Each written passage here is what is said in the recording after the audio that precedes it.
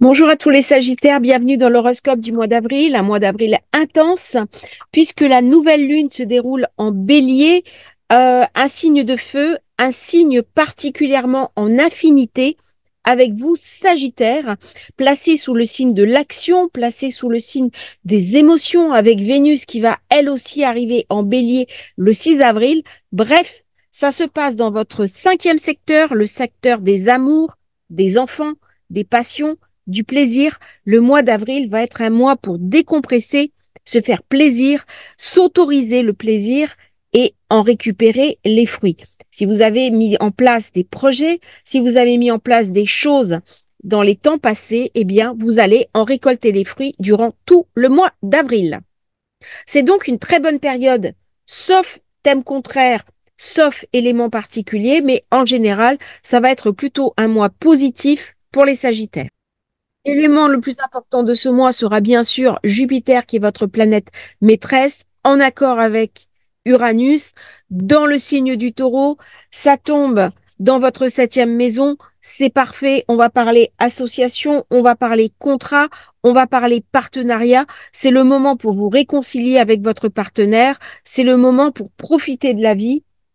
C'est le moment pour voir les choses sous un angle différent, pour s'associer. Si vous avez des affaires, c'est le moment de chercher des associés, des personnes qui vont mettre de l'argent dans votre entreprise pour lever des fonds, pour lancer un projet, pour se dépasser véritablement. C'est un mois très agréable qui arrive où vous allez pouvoir mettre en place un certain nombre de choses.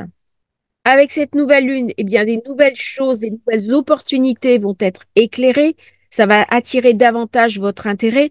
C'est la maison des enfants, c'est la maison des amours, de la créativité, du sport. C'est là un petit peu où on tombe amoureux, où on part en vacances. C'est là où on peut donner naissance à un nouveau projet, à un nouvel enfant, avoir un désir d'enfant. C'est là où on peut un petit peu revoir ses priorités en se disant, bien, c'est peut-être le moment de fonder une famille, c'est peut-être le moment d'en parler à mon partenaire ou ma partenaire. C'est le moment aussi de commencer une activité récréative, à se mettre à faire de la musique, du piano, du sport, de la peinture, bref, à nourrir en soi cet espace artistique de créativité que vous sentez bouillonner depuis quelque temps.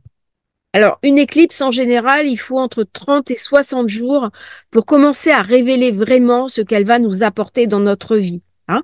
C'est des ajustements, c'est des changements, et il y a un petit peu un étalage, tout n'arrive pas d'un coup.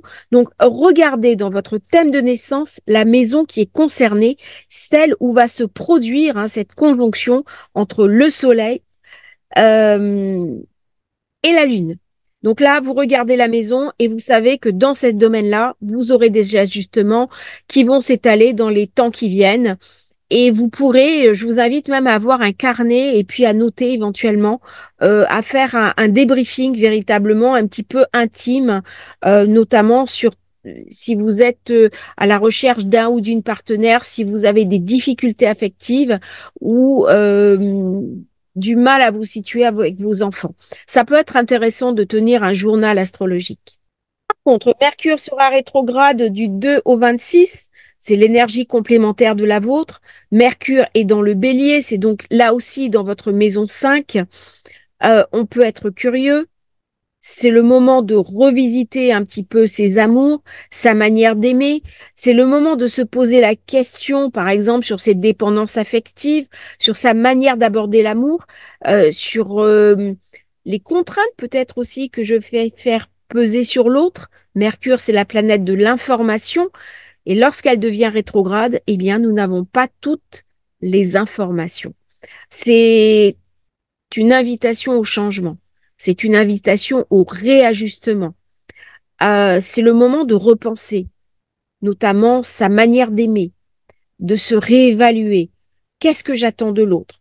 Qu'est-ce que je suis prête ou prêt à apporter à l'autre? Comment je peux améliorer ma relation à l'autre? Comment je peux prendre confiance en moi pour ne pas utiliser l'autre dans le cas d'une dépendance affective? Est-ce que je suis dans la dépendance affective? Est-ce que je laisse à l'autre suffisamment de place, de latitude? Tout ça, c'est des questions qui vont se poser durant cette période qui peut être très profitable. Alors, à partir du 20, Le soleil quitte le bélier pour entrer dans le taureau. Alors là, on est dans votre 6e secteur, on va parler travail. Les questions d'activité vont être beaucoup plus importantes à partir de ce moment-là. On va parler santé, prendre soin de sa santé.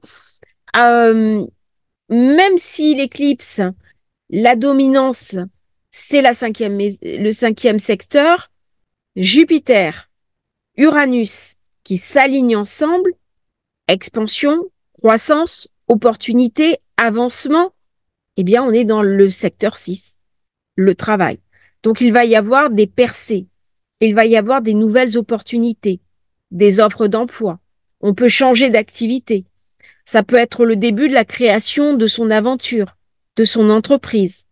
Il peut y avoir beaucoup de changements passionnants dans l'environnement du travail, des bonnes nouvelles, des solutions innovantes, des choses qui vont être modifiées. C'est aussi le secteur de la santé. C'est l'entretien de son corps. C'est faire du sport. C'est des énergies révolutionnaires, innovantes, progressistes. On peut trouver de nouvelles solutions pour traiter un problème de santé. Durant tout ce mois d'avril, on va s'intéresser à la santé holistique, plus alternative, aux méditations, tout ce qui va pouvoir nous aider à nous sentir mieux dans notre peau et vivre pleinement nos passions. Avec avec Jupiter-Uranus, Pluton, il est dans le Verseau, hein. Des fois, j'ai tendance à, des fois, oui, ça accroche un petit peu. Eh bien, c'est un moment ludique. C'est un moment favorable. C'est un moment pour concevoir des nouvelles choses, des nouvelles solutions, notamment dans son travail, parce qu'on va avoir un regain de créativité durant toute cette période dont on va pouvoir profiter favorablement. Alors, Vénus qui est en Bélier à partir du 6 avril, c'est la planète du désir, de l'amour, de l'union. Elle va mettre en valeur nos amours, notre créativité, l'envie d'avoir des enfants. Euh, Ça apporte beaucoup de plaisir.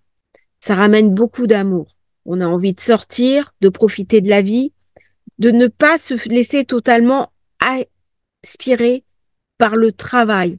Ça va être important de faire la part du lion entre mes activités professionnelles, mon engagement professionnel et au contraire ma relation, mon affectivité et l'importance de donner de la place à l'autre.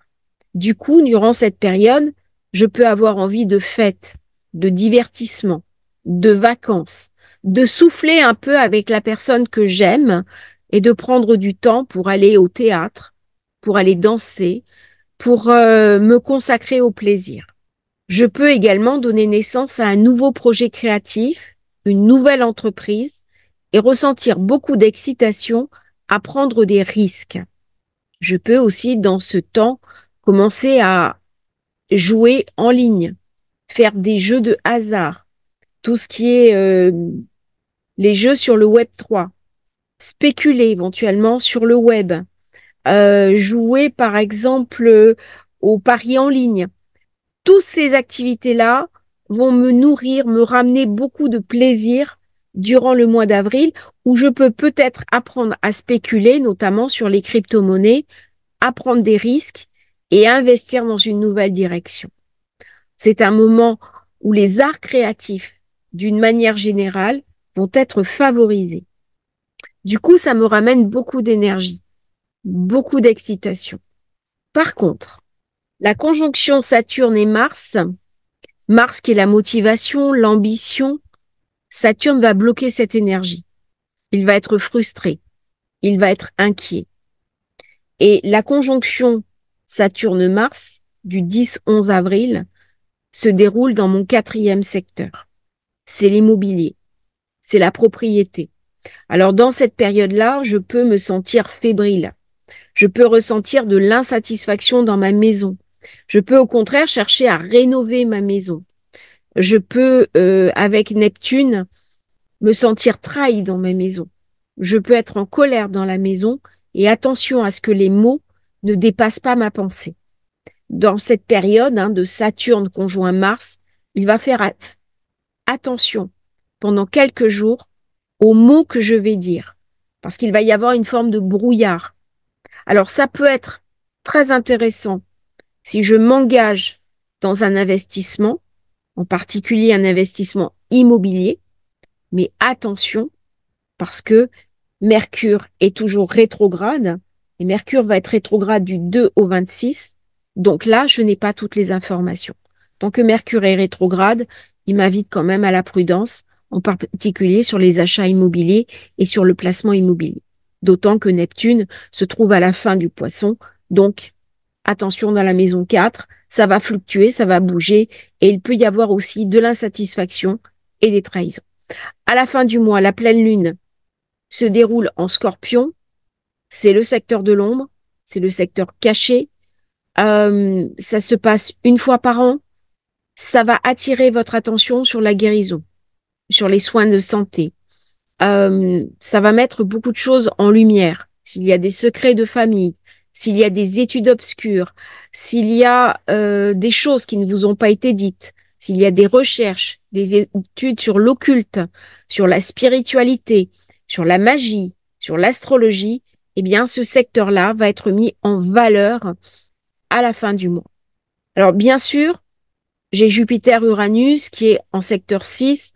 C'est très bon pour la santé, mais toutefois, soyez quand même vigilants s'il y a quelque chose qui se passe aux alentours du 23, parce que dans le secteur de l'ombre, il peut y avoir quand même des petits problèmes, des petits soucis. On peut avoir un mauvais rhume, on peut avoir un petit problème qui vient nous embêter, quelque chose qui vient nous contrarier. Donc, autant le milieu du mois, le début du mois va être très favorable, autant la pleine lune du 23, elle va être un petit peu plus tendue. Mais c'est l'objet de quelques jours. Et puis Mercure redevient direct à partir du 26, et là, ça débloque favorablement. Donc, vous voyez un mois un petit peu en dents de scie, avec de l'instabilité à la fin du mois, mais rien de bien grave. La maison 12 le secteur 12 vient me parler de cette nécessité que j'ai à affronter mes douleurs, à régler des questions anciennes et ne pas me laisser absorber par trop de négativité. Merci d'avoir suivi votre horoscope. N'hésitez pas à liker, à vous abonner à la chaîne. Et si vous souhaitez commander votre thème de naissance, votre révolution solaire, eh bien, vous avez le lien dans la description. À bientôt pour un nouveau partage sur Astrologie Facile.